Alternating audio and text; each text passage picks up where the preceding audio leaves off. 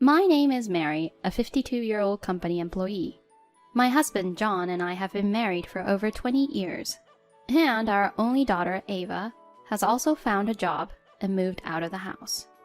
I was thinking that we would live a quiet life together from now on, but it seems that my husband isn't thinking that way at all. The weather is nice, why don't we go shopping together? No matter how much I invite him on his days off, my husband stubbornly refuses to go out with me. Why do I have to go out with you? He responds with a disgruntled look on his face. He doesn't try to go out with me, but there are times when he goes on trips alone. When I look at him suspiciously and ask, "Are you going on a solo trip?" he says, No, I was invited by my boss and I have to go. He makes an excuse as if he doesn't want to go. This suspicious behavior of my husband has been going on for about 5 years. This was around the time when my mother-in-law had a stroke and I started caring for her at home. Living with my husband's family, my husband forced me to take care of my mother-in-law. It was hard, but it was also a fulfilling time. My mother-in-law, before she collapsed, was a bit naggy, and we didn't have a very good relationship. However, since I started caring for her, she expressed her gratitude every day, and I felt it was worth caring for her. My mother-in-law's symptoms weren't that serious, so it was enough to just check on her between my work, which was a relief. I worked for a design company, but when I started caring for my mother-in-law, I decided to work from home. The care of my mother-in-law was limited to assisting her with helping her going to the toilet and making her meals, so it was possible even while I worked. I could have had a professional caregiver come in, but their time was limited. I was worried about my mother-in-law when no one was around. If she had another stroke, it would be quite dangerous, was what the doctor told us. Even when going to hear such an important explanation from the doctor, my husband didn't want to go. It's okay if you listen, right? I'm busy. Leaving those words behind, he would go off somewhere again.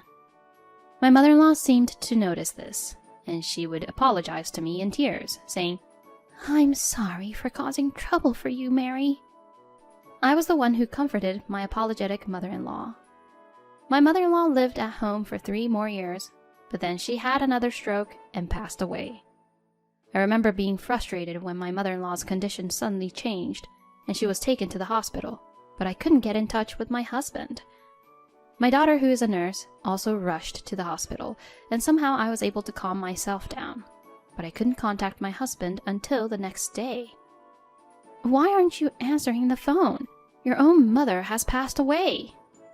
My husband's voice over the phone was silent after hearing this, and there was a long pause, but I could secretly hear a woman's voice in the background. "What's wrong? Did your wife find out?" That's what I could hear clearly. My husband seemed unaware of me hearing the voice and said, I'll be home soon, so hold on. He hung up the phone immediately as he said this, but at that moment, I was certain of his affair. I was in quite a shock by my mother-in-law's death and the truth about my husband's affair. My daughter Ava was there to help me. Even when we were taking care of my mother-in-law at home, Ava was always there to help. My mother-in-law always expressed her gratitude to Ava, who treated her kindly. Ava told me that she became a nurse because she couldn't forget the words of gratitude from her. Although I am used to such terrible situations, she makes decisions promptly instead of me, who cannot do anything since I was just in shock. Ideally, my husband, my mother-in-law's son, should be in charge, but he's too busy having an affair behind my back and hasn't shown up yet.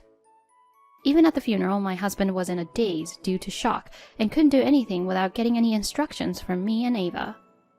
However, when it was time to discuss my mother-in-law's inheritance, my husband was completely different and enthusiastic. My husband's father passed away when he was young, and it was just my mother-in-law by the time I came as my husband's wife. Because of that, my husband didn't want to leave his mother alone, so he forcefully decided that we would live together. My husband was an only child, so I thought he would inherit all of his mother's assets. However, one day, a lawyer came to our house and started talking about a will left by my mother-in-law. I'm supposed to be the only heir. What is she thinking? My husband seemed initially anxious, but he began to rejoice when he heard that he would learn about his mother's inheritance. The will stated that the house and land would be given to Ava. The rest would be inherited by my husband, so he looked relieved. I'm the one living in the house, so the land and the house can't be sold. It's fine to give them to Ava. They'll be hers eventually anyway. My husband didn't care, but the lawyer also had a letter from my mother-in-law to Ava along with the will. I was curious about what was written in the letter, but Ava didn't show it to me, so I forgot about it. After inheriting my mother-in-law's estate and getting some money, my husband began to be more extravagant in his ways of spending the money more than ever. Although it's not like the inheritance was a large amount of cash, it seems that my husband is happy because he got it for free. Seeing my husband like this, I began to feel uneasy about whether I could spend my life being old together with him. Moreover, my anger toward my husband, who is still having an affair, is growing. At that time, I noticed something strange about my own body. Even after my mother-in-law passed away, I continued to work from home, but I began to feel stiffness in my hand when I held my computer mouse. The abnormalities weren't limited to my right hand. They also appeared in my left hand, which I used for typing on the keyboard. Concerned, I consulted with my daughter, who immediately advised me to see a doctor, leading me to visit a nearby clinic. Despite undergoing various tests, the root cause remained unknown, leading to my obtaining a referral to a university hospital for a more detailed examination. The doctor gave me complicated medical terms, but what I understood was that eventually my muscles would atrophy, leaving me bedridden. Seeing the serious expression on my medically knowledgeable daughter's face, I became acutely aware of the severity of my condition. Even if I'm bedridden, your father won't care to look after me, will he? Trying to lighten the mood, I joked with my daughter, who looked more serious than me, but she started talking while crying. "I'll take care of you for the rest of my life, Mom." My daughter's words were comforting, but to be honest, I couldn't really grasp the magnitude of what she was promising. If it were a diagnosis like cancer, I could prepare myself, but at present, it's just that my hands are stiff and there's no severe pain. I didn't understand the seriousness of my illness. However, the prospect of becoming bedridden was shocking. It's hard for me, but I also know from taking care of my mother-in-law that it's tough for the person who has to look after me. That night, the three of us ate together for the first time in a while, and my husband asked, Did something happen? Both of you are quiet, and it's rare for you to come home, Ava. After dinner, Ava intended to talk about my illness. "Dad, listen calmly." Despite seeing our serious expressions, my husband continued to joke. Dad's always serious. You know that, right? Seeing him like this, I was tempted to get hospitalized as soon as possible, leaving him behind. Mom has become seriously ill. She's fine now, but in the future she'll end up bedridden. My daughter's explanation didn't stop my husband from smiling and saying, She looks too energetic to be seriously ill, as he teased my situation. Since my mother-in-law passed away, he's been out, enjoying himself all the time, and if Ava hadn't told him that there was an important conversation that we needed to talk about, he probably would have come home late at night. My hands are becoming less functional. At some point, I won't be able to make your meals. My husband, who was told off by me, replied with a smile. I'll take care of myself, so don't worry. It was clear to me that he was thinking of using my illness as an excuse to go to his mistress's place. Dad, you need to take care of Mom. No matter how angry Ava was and tried to persuade him, it seemed to have no effect on my husband. With facilities to take care of her and the government's support for these serious diseases, it'll be fine, right? He responded nonchalantly, finishing his meal quickly and heading to his room. Ava was left stunned, but I wasn't surprised by his answer. Still, I couldn't help but feel sad. For a while, I managed to lead a normal life, but after about 2 months, I started to struggle with normal tasks, and I couldn't use the computer anymore. I had previously explained my situation to my company, but it was at this point that I decided to resign. Around this time, Ava, who had moved out, returned since she was concerned for me, and helped with the housework, allowing us to manage somehow. Ever since he learned about my disease, my husband began to go out even more, and we stopped seeing each other, despite living in the same house.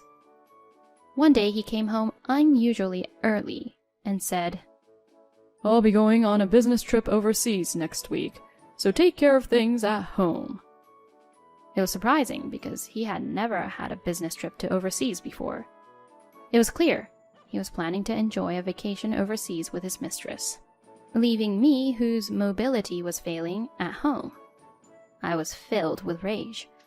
By this time, it was becoming difficult for me to speak clearly, and I was frustrated by my inability to articulate my feelings properly.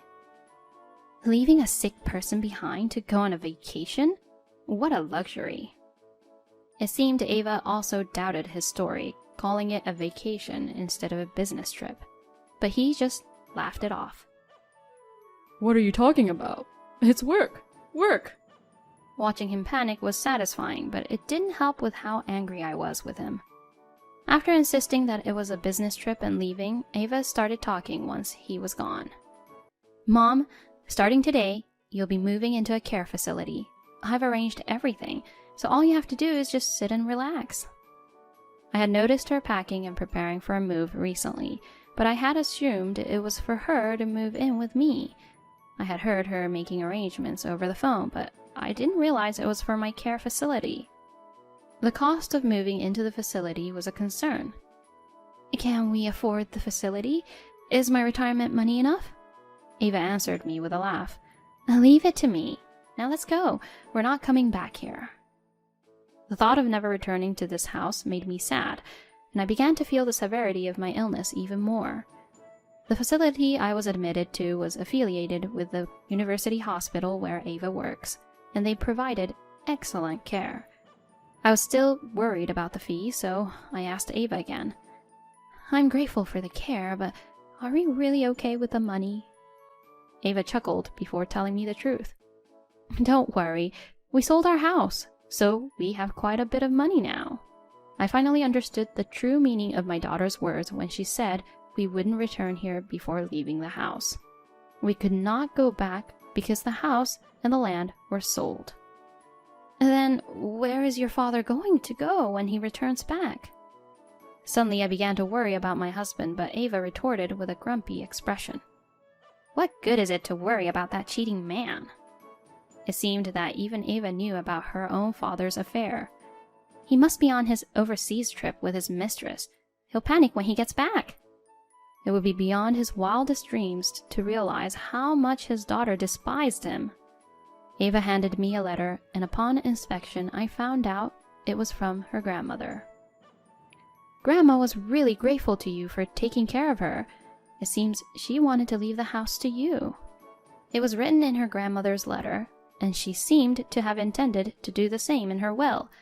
However, she realized that my husband would probably oppose it, so she decided to leave it to Ava and asked in the letter that if I ever have any financial difficulties, it was there so that we could sell the house and land. Therefore, Ava did not show the letter to anyone. I was grateful to my mother-in-law, who had been thinking about what would happen after her death. In contrast, the pathetic nature of my husband became even more prominent.